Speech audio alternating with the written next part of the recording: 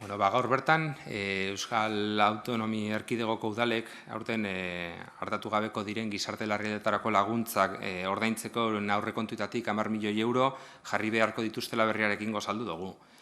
Aurreratu dezakegu Bilbok honetarako ez duela eurori jarriko. Kalkulatzen diren aurtengo 2014 urtean gizarte larrialietarako laguntzatik kanpo geratu diren 1.200 pertsona horrei erantzun bat emoteko. Hala ere, datu hau ez da fidagarria. Zeren eta gizarte larrialietarako laguntza eskatzeko leihatila aurten soilik 2-3 aste irekita uztearen ondoria bai delako. Horrela, 2-3 aste horitatik kanpo sor daitezken larrialdi egoerak ez dira ez hartatzen, ez kontuen hartzen, ez da erregistratzen ere. Eta funtzionatzeko modu honek, udalaren interesen aurka doa zuzenean.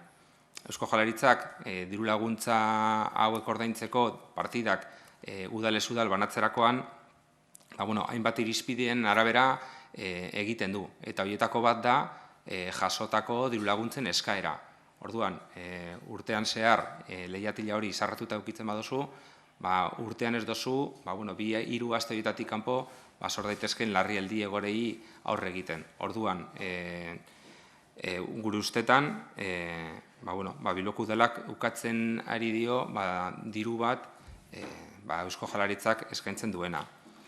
Gaur egun, hartatu gabeko espedienteak datorren urteko zerrendako lehenak izatera pasatzen dira, hori zentzugabekeria dena, diru laguntzen izenak dioen bezala, larrialdi egoerei aurre egiteko laguntza direlako. Eta eskatzen dutenek, ezin dute itxaron urte bat unean dauden egoera horretan. Honek, bazterketa soziala areagotzen eta egonkortzen duelako.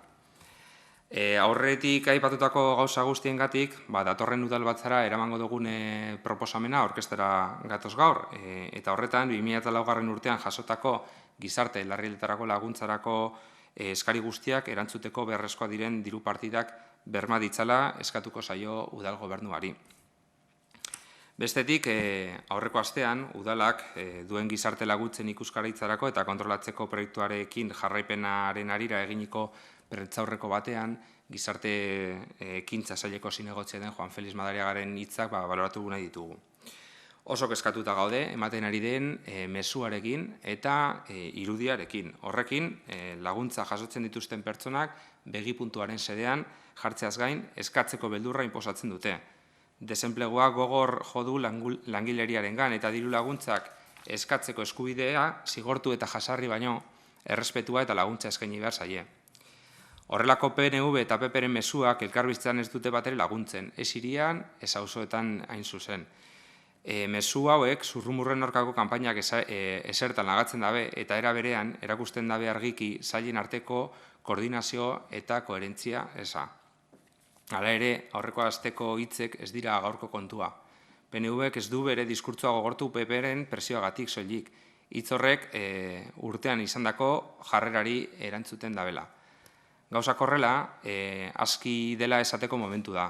Marra gorri guztiak zeharkatzear daude eta horregatik atzera egin dezala eskatzen diogu. Eta berorreta mantentzen bada, eta diru laguntzen jasotzaileen jasarpen poliziala bezalako neurriekin aurrera jarraitzen badu, bere dimisioa eskatuko dugu segiduan.